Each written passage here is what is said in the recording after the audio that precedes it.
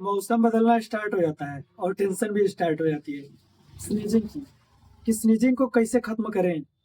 Asthma वाले परेशान हो जाते हैं कि क्या करें यार, हमारी इस मौसम में हालत खराब होने वाली है। तो मैं उनको एक अच्छा रेमेडी बताने वाला हूँ।